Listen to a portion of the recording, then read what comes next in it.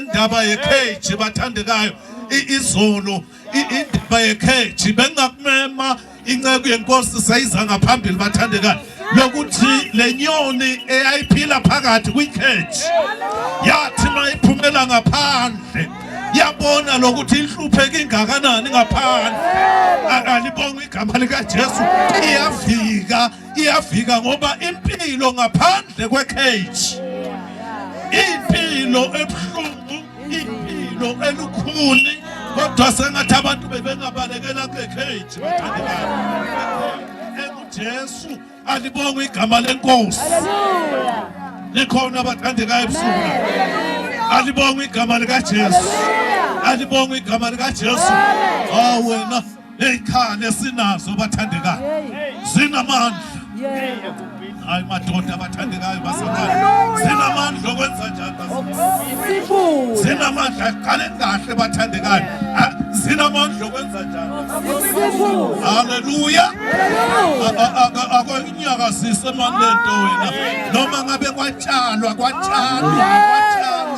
100 years ago kodwa namuhla ngoba thina siphiwa amandla akonyakazise wena sinamandla okwenza njani uyayibona into mayisiphulwa iphuma nezimpande zayo unyobula phansi noma ngabe kule ndawo babethelwa abantu alibonga igama lika Jesu noma ngabe yini eyababamba kodwa namuhla senza njani hayi man lento ngathi siphula wena isiphula wena lento kodwa senza njani siyenza njani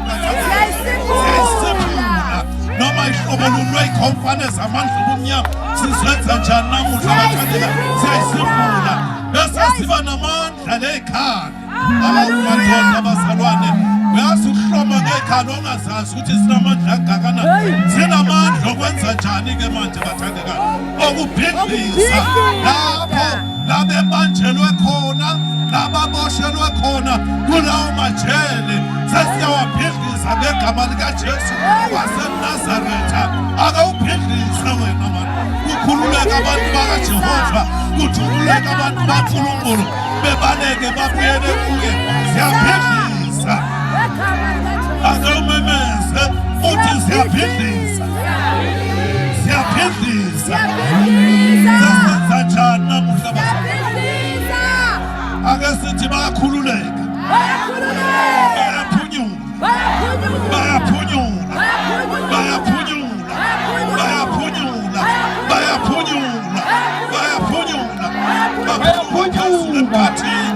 baphunyuka phansi amanzini baphunyuka phakathi baphunyuka phakathi olwandle baphunyuka emathabeni baphunyuka emifuleni